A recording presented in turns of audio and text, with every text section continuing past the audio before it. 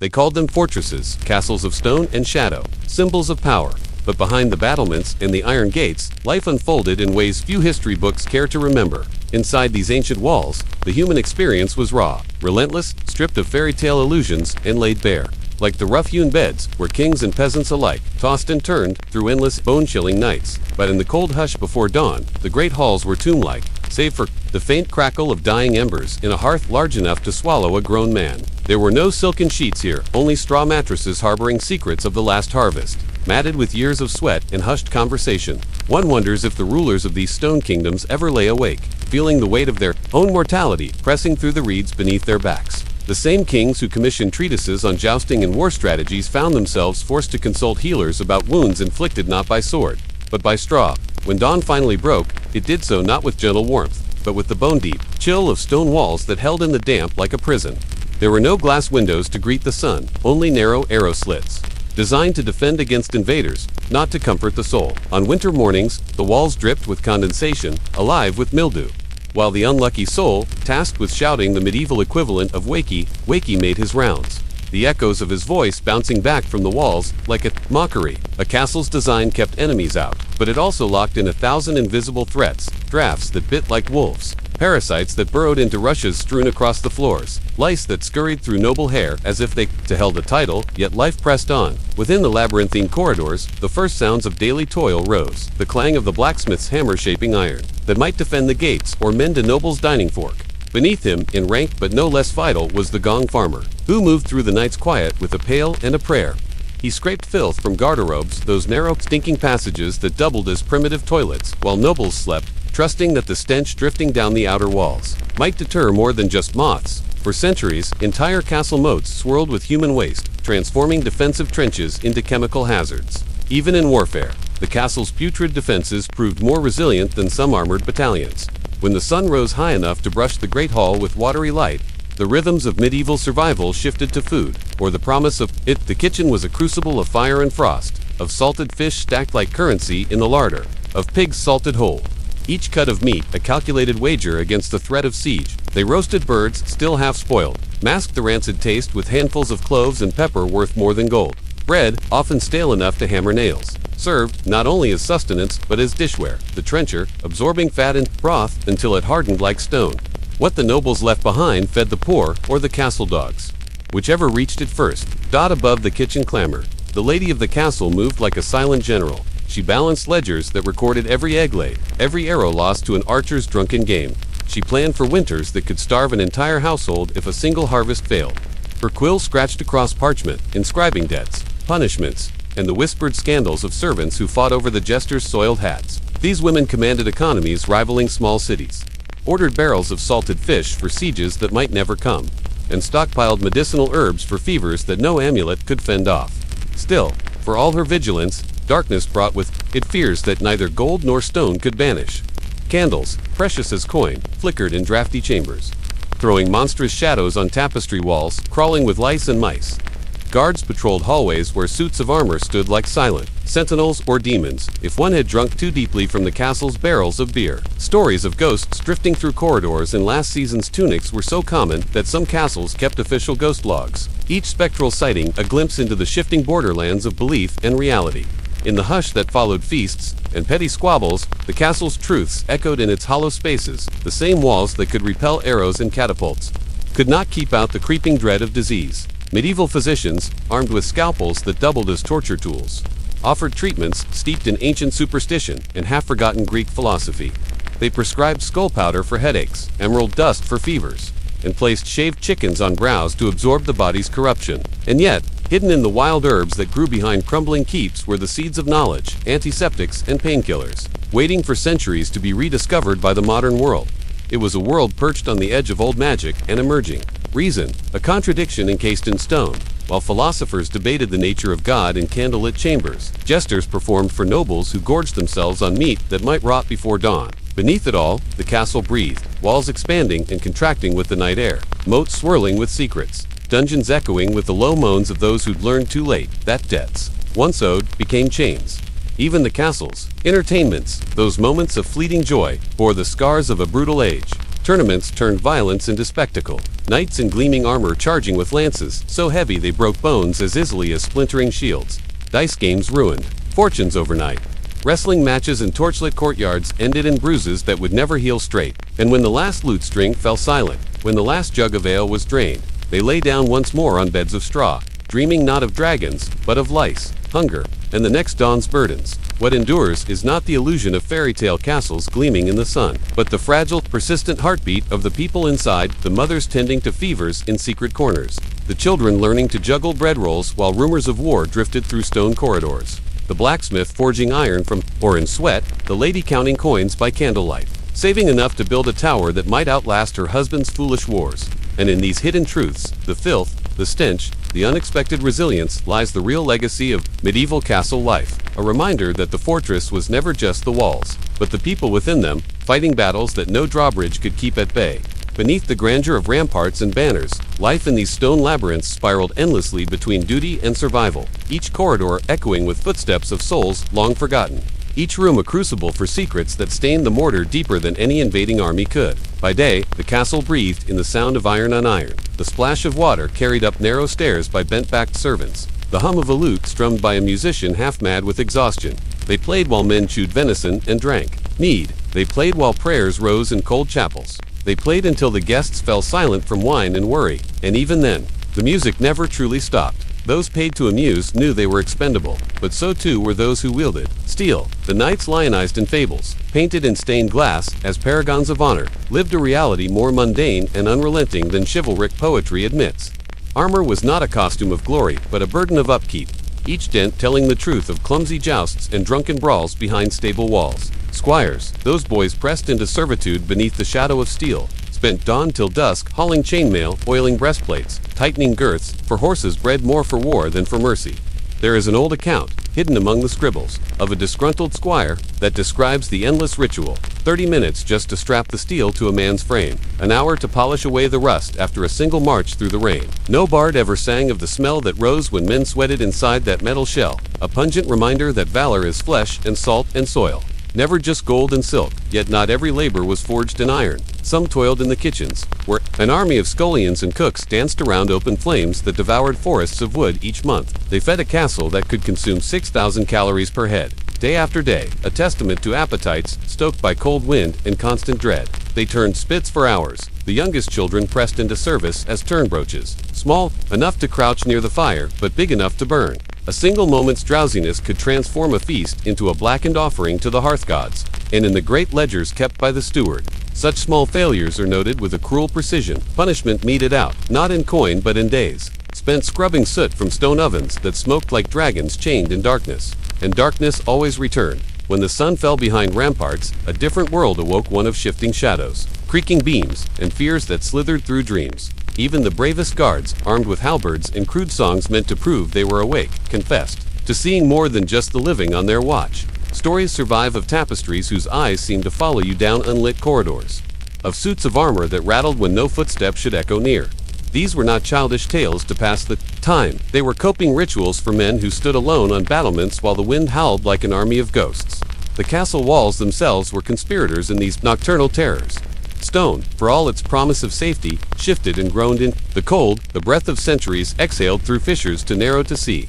Some swore these moans were the fortress digesting the day's sins, the lies told at supper, the secrets whispered under rush mats, the betrayals inked into account books by candlelight. In those hours when the candles guttered out, some guards wrote notes so absurd they now read like folklore, accounts of a ghost scolding a guard for poor posture, of a suit of armor whispering battle plans for wars that never came to pass, of the library's tomes rearranging themselves when no librarian stood watch, and while the torchbearers stumbled through the labyrinth. Below them waited the dungeon, the final destination for those who misstepped in a world ruled by lords too busy to forgive. It was never the grand theater of torture that modern imaginations conjure, but it needed no Iron Maiden to break the spirit. A hole in the earth, stone colder than any winter's breath, a single pail for your filth. This was punishment enough.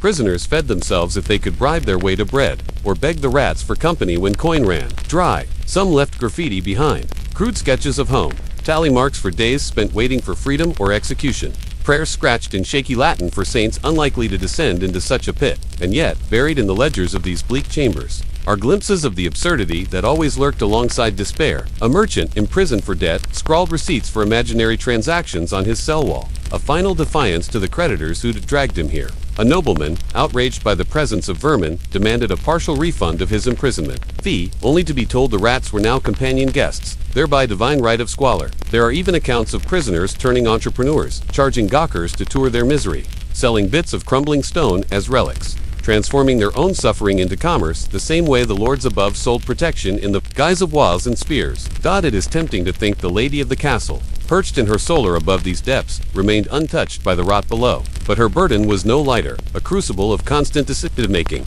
balancing the lives of hundreds against the whims of war and famine. She was not just a steward of food and coin, but a tactician of human behavior. When the Lord was away, crusading, feasting at another court, or simply buried in his own arrogance, she negotiated trade agreements, commanded the defensive gates that seemed ready to splinter with every siege, and rationed candles like the treasure they were. One can imagine her at her desk long after the rest had surrendered to sleep. The scratch of her quill, the only sound above the snoring of guards, and the scratching of mice in the pantry. These women turned calculation into survival. In one tattered account book, you find a notation about salted fish stockpiled for 6 months in case of siege, next to a note about the village doctor's payment in grain.